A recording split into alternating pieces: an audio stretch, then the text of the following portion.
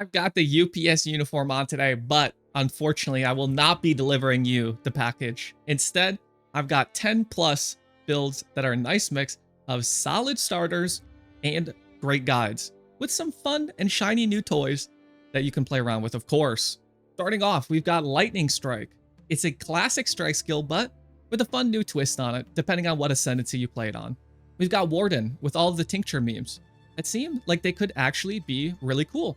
There's a Reddit post by Kian explaining how tinctures and tincture effect and how all of this can work together, how the mana burn isn't actually that much of a big deal, how to overcome that, and also how to over-sustain your flasks as a class other than Pathfinder. So they can be super powerful. We don't even know all the mods that they have yet, right? You can get a ton of pen, a ton of crit, a ton of damage on these, and they can keep up your other utility flasks. Seems like it could be really neat.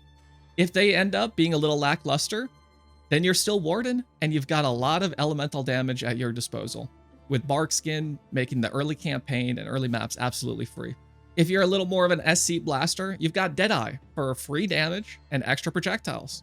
What is there not to love? And of course, Slayer, getting all the endurance charges you could ever want, getting some Overleech with the melee component and Vault Pact working, and the projectiles in Vault Pact not interacting with each other. So you actually get the Lightning Strike melee hit to give you instant leech and your projectiles to give you overleech. With our next strike skill being Frostblades, which you would also play on Slayer just because of the endurance charge means, because of the damage and all of that. Frostblades of Catabasis, if you don't need extreme handholding, that could be a fun one. You get a long range strike skill, you can freeze the bosses, and with that new action speed floor of 50%, that seems genuinely really, really neat. Pconc of Bouncing, yes, Poisonous Concoction. You might have played it before, but this one's a little bit different. You get a little bit more damage, a little easier of a playstyle, a little bit. If you don't mind some delayed poison damage, you do get a lot of power at pretty low gear investments. For some fun and new ones, we've got Ground Slam, all the slammers really, but Ground Slam of Earth Shaking if you're just going to map.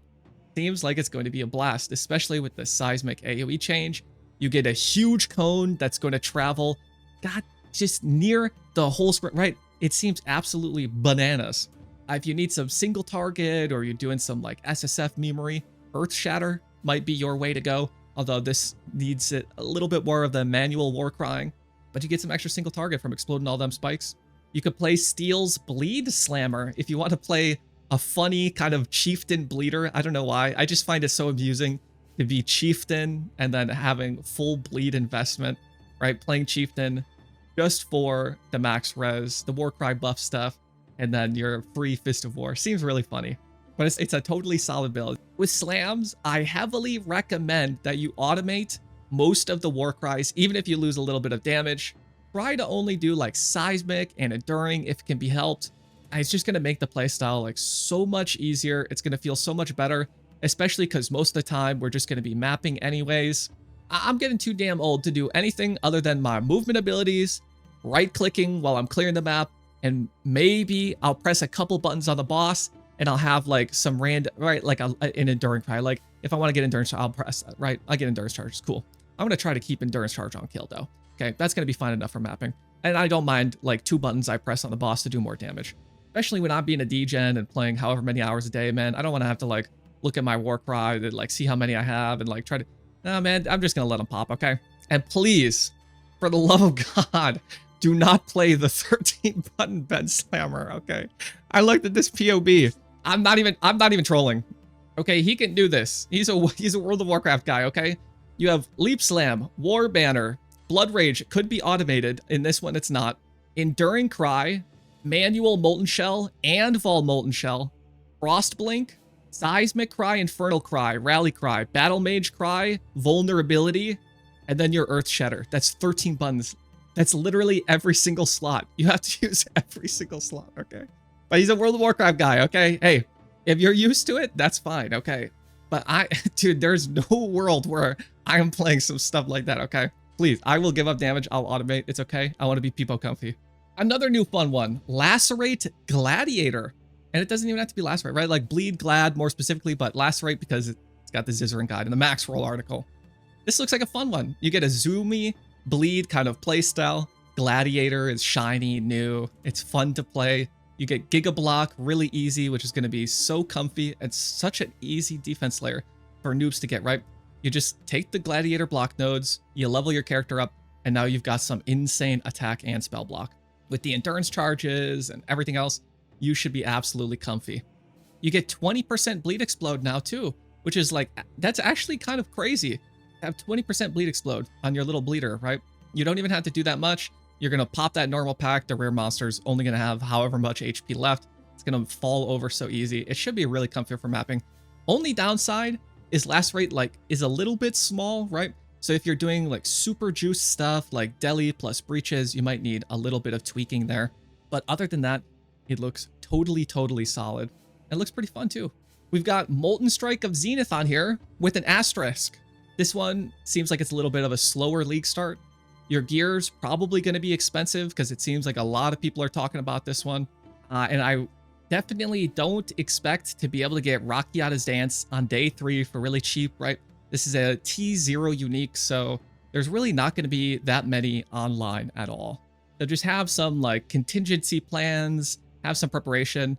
If you're a noob, probably just play like a default melee skill, right? You go to Juggernaut anyways, so you could just be a Zerker, respec. You can find a Jug build, respec to it, Chieftain, whatever, right?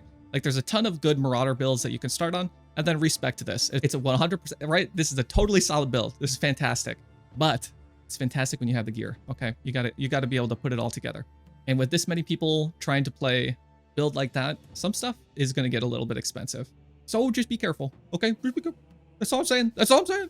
All right, we've got the old but gold Archmage Ice Nova Frostbolts. Still top tier. You get 4 endurance charges for free with room for even more. Easier damage than a lot of league starters, and a pretty comfy playstyle with a solid guide on Maxroll from Pelsteron and from Garotha as well.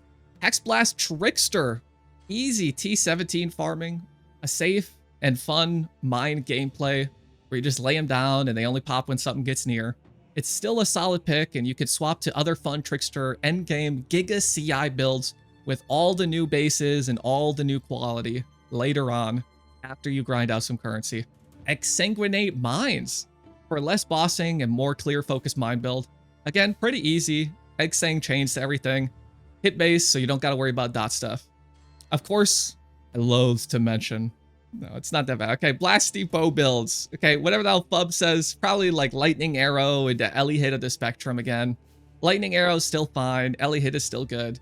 Bows are going to be a little more expensive than last league, but Recombinators should make them much cheaper than they otherwise would be. Although you got to grind out, whatever. And you are going to have to actually buy Headhunter now. Okay, it's not going to be free. You're going to have to grind that out, but it's not the end of the world. These guys don't mind a 12-hour grind. EA Champion. This one is definitely weaker than it used to be, but it still has a solid guide. And more than that, it's got so much community support and knowledge. You join a Discord, you post on Reddit, you talk in global. Everybody knows all the pitfalls of EA, even if they've not even played it. Well, maybe that's not true, but it's just so solid, right? Like you can ask somebody about EA Champ, and people have been playing this for so long, you're going to be able to find help if you need it. Only problem is it might just be a little bit boring, right? Not everybody likes that totem play style. But if you're looking for a comfy playstyle, it's right there. You just right click. You don't have to move your mouse around too much. Not too much wrist movement. Pretty solid. And for the same reasons, Righteous Fire from Pohx. It's the same as EA, 10-fold times more noob friendly, but also might even be a little bit more boring than EA. But if you're just looking for the comfy walk around, old man play style build, you get to boot up Righteous Fire.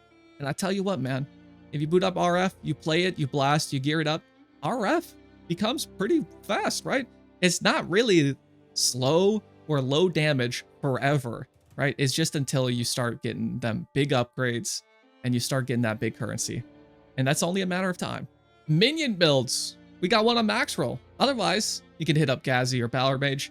I'm sure they got some YouTube videos, all the minion stuff, especially with all the new corpses coming back through Ritual. And of course, chill alert. Of course, any Maxroll article for a nice little hand-holding experience. Bone Shatter Juggernaut, Ignite Elementalists, like 3 of them. EA Champ, Hexblast, Archmage Ice Nova, Pconc Bouncing, Exsanguinate Miner, Toxic Ring Ballista, Lacerate Gladiator, Zoomancer, and more. They all have solid guides. They're all hand holding. The gearing, it's got instructions for you. We've got some crafting guides on there. We've got some currency guides. We've got a new player section. If you need some help, some questions, I definitely recommend Maxroll. Okay, check it out. Anyways, hope this clears some stuff out. I'm not gonna lie, I think I'm logging in Lurker Slams.